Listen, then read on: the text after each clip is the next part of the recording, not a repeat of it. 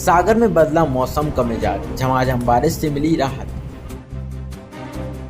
सागर में रविवार शाम अचानक मौसम ने करवट ली और शहर में झमाझम बारिश शुरू हो गई। दिन भर की भीषण गर्मी से परेशान लोगों को इस बारिश ने बड़ी राहत दी। तेज हवाओं के साथ हुई बारिश से जहां तापमान में गिरावट दर्ज की गई, वहीं मौसम भी खुशनुमा हो गया।